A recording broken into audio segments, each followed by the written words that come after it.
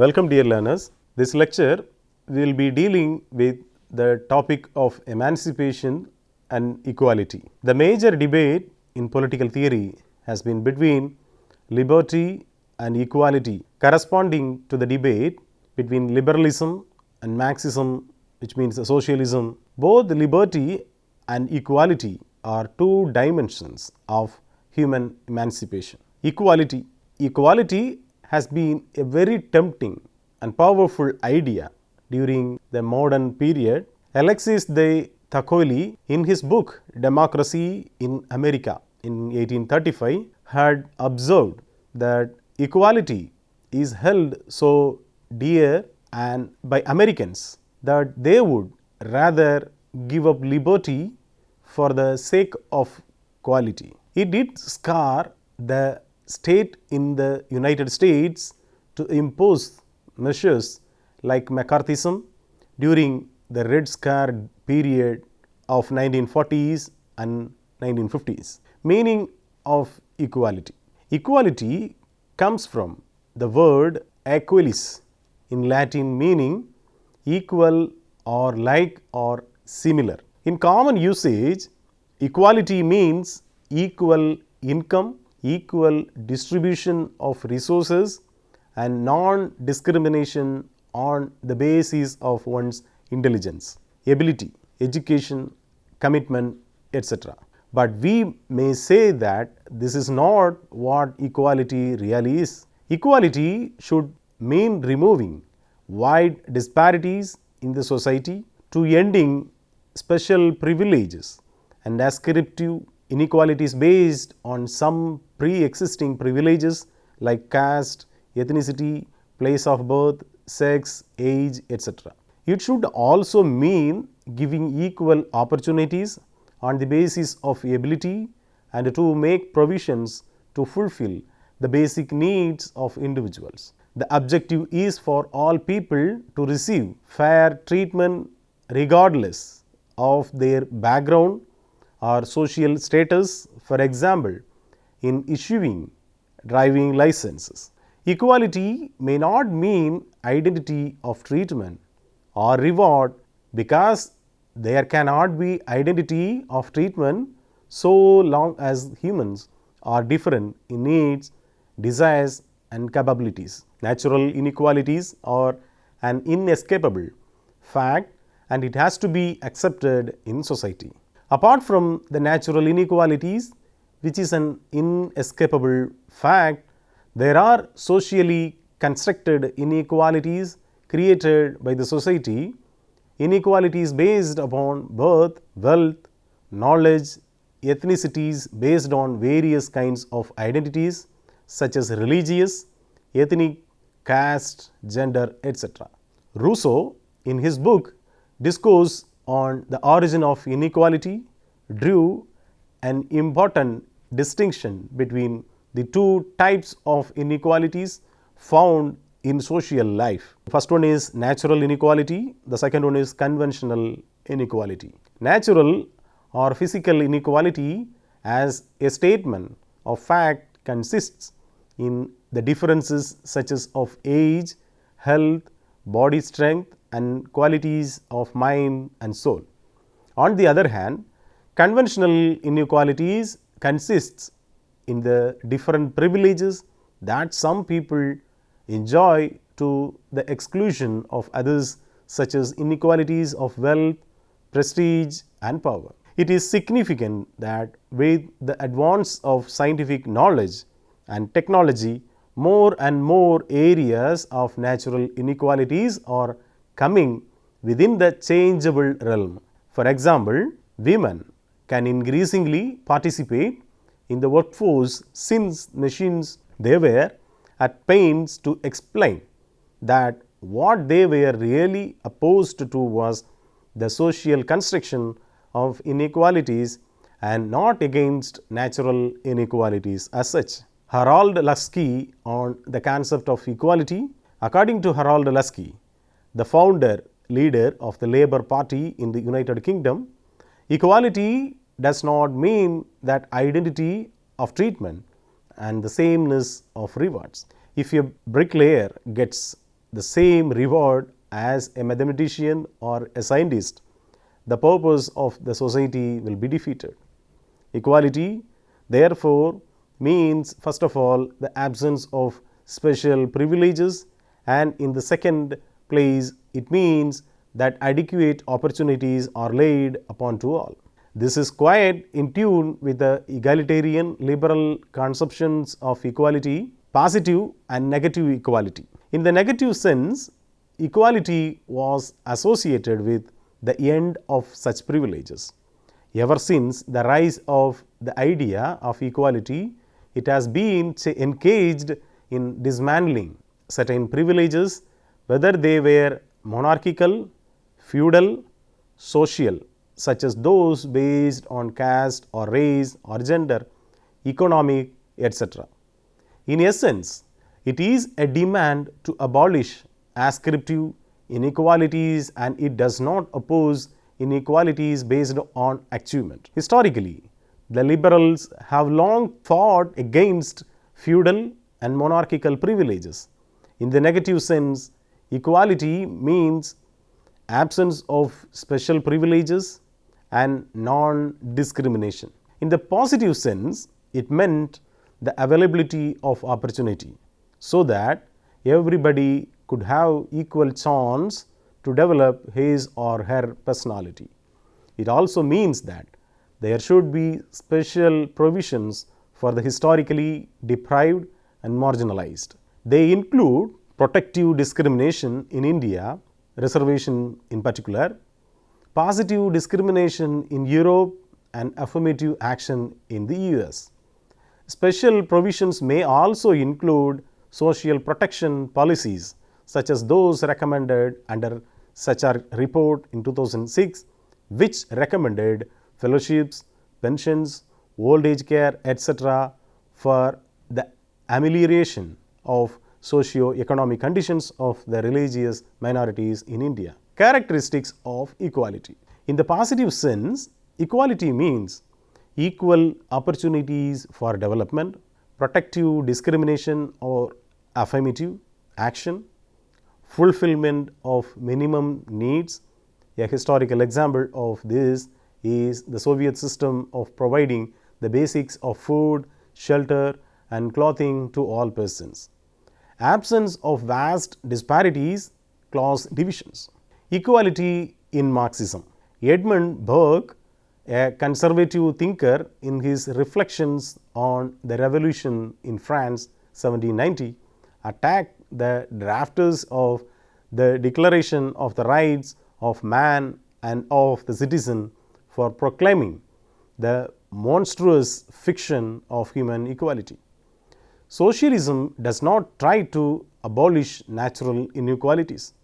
Instead, it tries to do away with socially constructed inequalities.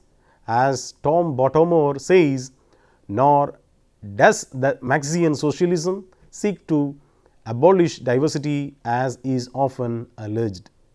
Marxist socialism is also not a distribution of poverty as a result of the equal distribution of resources.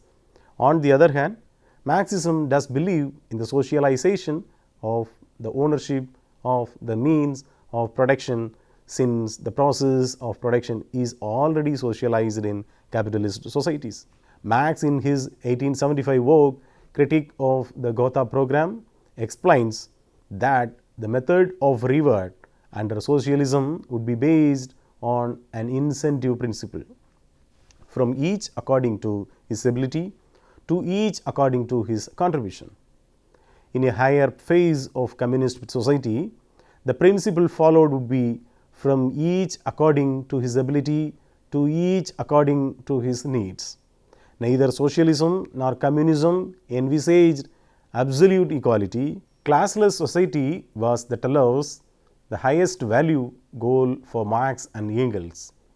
It meant to do away with socially constructed inequalities, not natural inequalities. Various dimensions of equality. Legal dimension of equality, political dimension of equality, social dimension of equality, and economic dimension of equality. Let us go through them in some detail. The first one, legal dimension of equality. The concept of legal equality affirms the principle of equality before law for all the citizens within the state. Law and judiciary should not discriminate on the basis of wealth, color, caste, religion, sex, region, etc. Article 14 of the Indian Constitution speaks about equality before the law and equal protection by the law for all. Indian legal system accepts the procedure established by law, which is about the implementation of the law in a fair, just, a reasonable manner. The principle of due process of law has been followed by the United States Supreme Court, but not in India. In other words, the formulation of laws itself should follow a just, fair and reasonable manner. However, in the Menaka Gandhi case in 1978, the Supreme Court of India ruled that the process of lawmaking itself should follow a due process. In India, the nationalists often fail to acknowledge that equality before the law was quite a revolutionary contribution by colonialism, because in India, historically, there was no common legal system for different castes. Legal equality grants every person an equal right to eat in an expensive restaurant, irrespective of race, color, creed, gender, or any other identity. However, it does not address if they indeed have the economic capacity to exercise this right. For this reason, the French novelist Anatole France meant when in his book The Red Lily made fun of the majestic equality of the law which forbids rich and poor alike to steal bread and to sleep under the bridge. The rich do not have to do this which the poor are compelled to. This is why Marxists have portrayed legal equality as market or bourgeois equality and argued that it operates as little more than a smoke screen serving to discuss the reality of exploitation and economic inequality. However, in the positive sense, legal equality may include special provisions for the historically deprived and marginalized sections of society. Political dimensions of equality. Political equality means that all the citizens of the state are provided equal political rights to participate in the affairs of the state. Characteristics of political equality in a liberal democracy: right to vote, right to contest elections, right to hold public office, right to criticize the government, right to form political parties, etc. Social dimension of equality. Social equality means that there should be no discrimination on the basis of socio-economic identities like caste, color, creed, sex and religion, etc. Civil rights movements in the US and Martin Luther King's speech, "I have a dream," that Ambedkarite movement in India and the anti-apartheid movement in South Africa sought to assert social equality. Characteristics of social equality. It includes absence of special privileges, free access to public places, non-discrimination on the basis of any identity, equality of opportunity in public employment, and provision of protective discrimination. Economic dimensions of equality. Economic equality may not mean equal distribution of resources, but aspects of economic equality may include the following manner: equal opportunities to earn livelihood, equal wages for equal work, fulfillment of basic needs, economic security in particular, reduction of vast inequalities in society, and just ownership of the means of production, limitation of the hours of work. The directive principles of state policy in Part 4 of the Indian Constitution speaks about such socio-economic rights. In short, economic equality is related to the principle of redistributive justice. Classification of equality in liberal theory. Equality of status. A formal equality which can mean legal equality. For example, there was an intense controversy in the US in 1955 after Rosa Parks. A black woman refused to give up her seat in the bus to a white man. This marked the beginning of the civil rights movement in the US. Equality of opportunity. In the negative sense, it may only mean that public offices are formally open to all. In the positive sense, it can include protective discrimination or affirmative action, equality of outcome or equality of condition. It seeks to achieve parity in the final outcome. The distinction between equality and equity. For some liberals, equality means only that equal support, which means financial or any other, is given to all. On the other hand, equity recognizes that each person has different circumstances and allocates that exact resources and opportunities needed to reach an equal outcome. It has taken from Santosh Joshi in 2021. Equality of outcome is hardly ever a demand raised by the Marxists themselves, who mainly oppose socially constructed inequalities and demand socialization of the ownership of the means of production.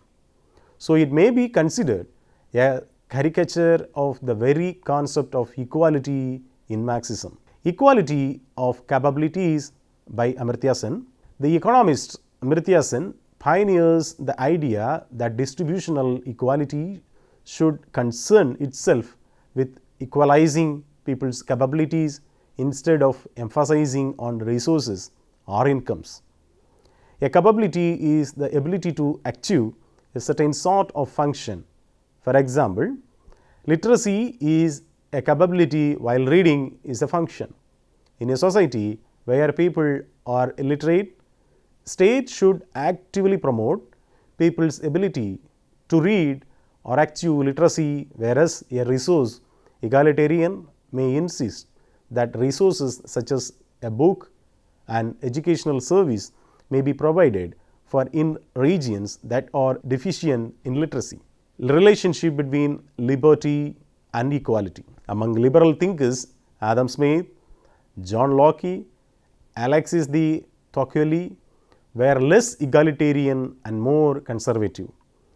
Jeremy Bentham and J.S. Mill were more egalitarian. According to Robert Nozick, in his book Anarchy, State and Utopia, 1974, and Milton Friedman, in the field of economics, liberty and equality are opposite to each other and are incompatible. Milton Friedman, the prominent neoliberal or supply side economist who gave intellectual energy to Reaganism and Thatcherism during the 1980s, says a society that puts equality before freedom will get neither. A society that puts freedom before equality will get a high degree of both. Although these words sound attractive, the harsh reality of neoliberal policies presents a different picture altogether. Historically, the negative liberalism, mostly by early liberals, privileged liberty over equality. The notion of liberty by negative liberalism has been absence of restraints. They opposed any concession to equality made by the state beyond equality before law, which was exceeding the proper limits of the functions of state. Liberty has been concerned with the individual, but equality requires social and political intervention to remove special privileges and to equalize conditions. However, this intervention may interfere with individual liberty and freedom of choice. Liberals, in general, have given excessive importance to liberty at the cost of equality, but John Rawls, as an egalitarian liberal, was an exception. John Rawls, in his book A Theory of Justice in 1971 and Justice as Fairness, a Restatement in 2001, speaks of justice as fairness. The starting point of the argument by Rawls is that the most reasonable principles of justice are those everyone would accept and agree to from a fair position. He brings in the ideas of original position and the veil of ignorance as a thought experiment. Original position is the condition in which no one knows what place he or she is going to occupy in the society to be created, which means from behind the veil of ignorance. He asks the question, what kind of organization of society would rational persons choose in a hypothetically original position? He sets forth his basic principles of justice in the book Justice as Fairness, a Restatement in 2001 as follows: the principle of equal liberty, firstly fair equality of opportunity, and secondly the difference principle, which means to say that inequalities are just only if they have compensating benefits, particularly for the least advantaged in society. Liberty and equality complement each other for human emancipation. The ultimate purpose of both is human emancipation, that means to establish the legal, political, or social conditions in which people can live worthwhile and satisfying lives. In the absence of equality, liberty cannot be enjoyed in the true sense. They are the same conditions viewed from different angles. For the enjoyment of liberty, equality is needed. Thus, for civil liberty, equality before law is a must. Equal opportunities are needed for political liberty, so both liberty and equality are pillars of democracy. Both liberty and equality are cornerstones of any foundational conceptions of justice as well. Slavery and patriarchy are examples of oppressive structures wherein both these conceptual points reinforce each other. Those who were not free were not equal, and vice versa. Historically, the struggle for liberty, particularly the demand for individual liberties, was related to the struggle against the privileges and inequalities enjoyed by slave owners, feudal lords, and monarchs. Early liberals, on the other hand, upheld liberty but not equality. On the other end of the spectrum, Stalin heard the professed aim of establishing equality but was averse to liberty. Later liberals interpreted liberty as equality of opportunity, which meant that opportunity should be available to everyone to develop his or her personality and achieve self-realization. In order to provide equality of opportunity, conscious restraints may need to be placed upon individual freedom. Political liberty is rather meaningless in the absence of economic equality. Positive liberalism of thinkers like T.H. Green emphasized individual fulfillment for the common good. Green had a socially grounded conception of individuality. It considers equality as something good and basic to liberty. In other words, the attainment of liberty and equality are complementary to each other. Economic equality and political liberty. It is rather impossible for a poor person to make proper use of his or her right to vote. A poor person can be bribed for his or her vote. A poor person cannot successfully contest elections. Political parties are under the control of rich people. Media is also under the control of the rich. As Paul Sweezy and Paul Baran in the book Monopoly Capital in 1966 say liberal democracies are democratic only in name and plutocratic in essence, meaning that they are controlled by money banks.